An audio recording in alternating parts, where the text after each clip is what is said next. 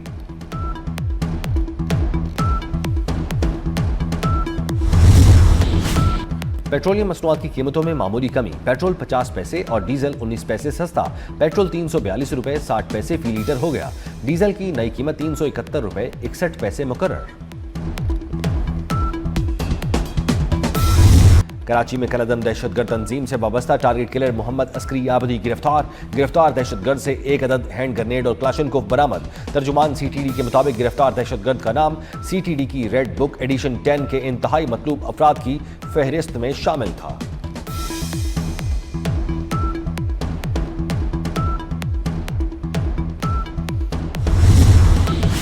کراچی میں اورنگی ٹاؤن کے علاقے میں کھیلتے ہوئے پانی کے ٹینک میں گرنے سے 1.5 سالہ بچی جاں بحق، ریسکیو حکام کے مطابق لاش کو ضابطے کی کارروائی کے لیے اسپتال منتقل کر دیا گیا۔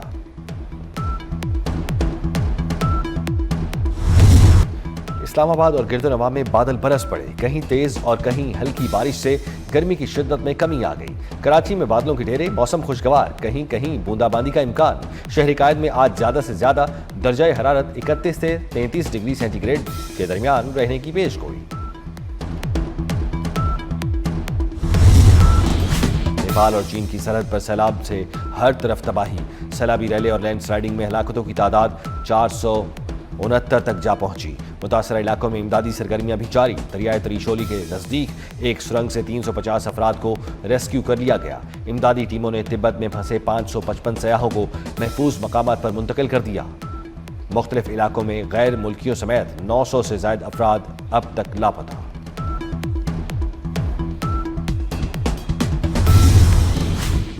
امریکہ اور کینیڈا کے درمیان کشیدگی میں اضافہ، تجارتی جنگ میں شدت آ گئی۔ صدر ٹرمپ نے کینیڈا کی جھیل اونٹاریو کا نام تبدیل کر کے جھیل امریکہ رکھنے کے حکم پر دستخط کر دیے۔ صدر ٹرمپ نے نام کی تبدیلی کا حوالہ دیتے ہوئے کہا کہ خلیج میکسیکو اور نہر کا نام تبدیل کر دیا، اب صرف سمندر کا نام بدلنا باقی رہ گیا ہے۔ جھیل اونٹاریو امریکہ کی ریاست نیو یارک اور کینیڈا کے صوبے اونٹاریو کے درمیان واقع ہے۔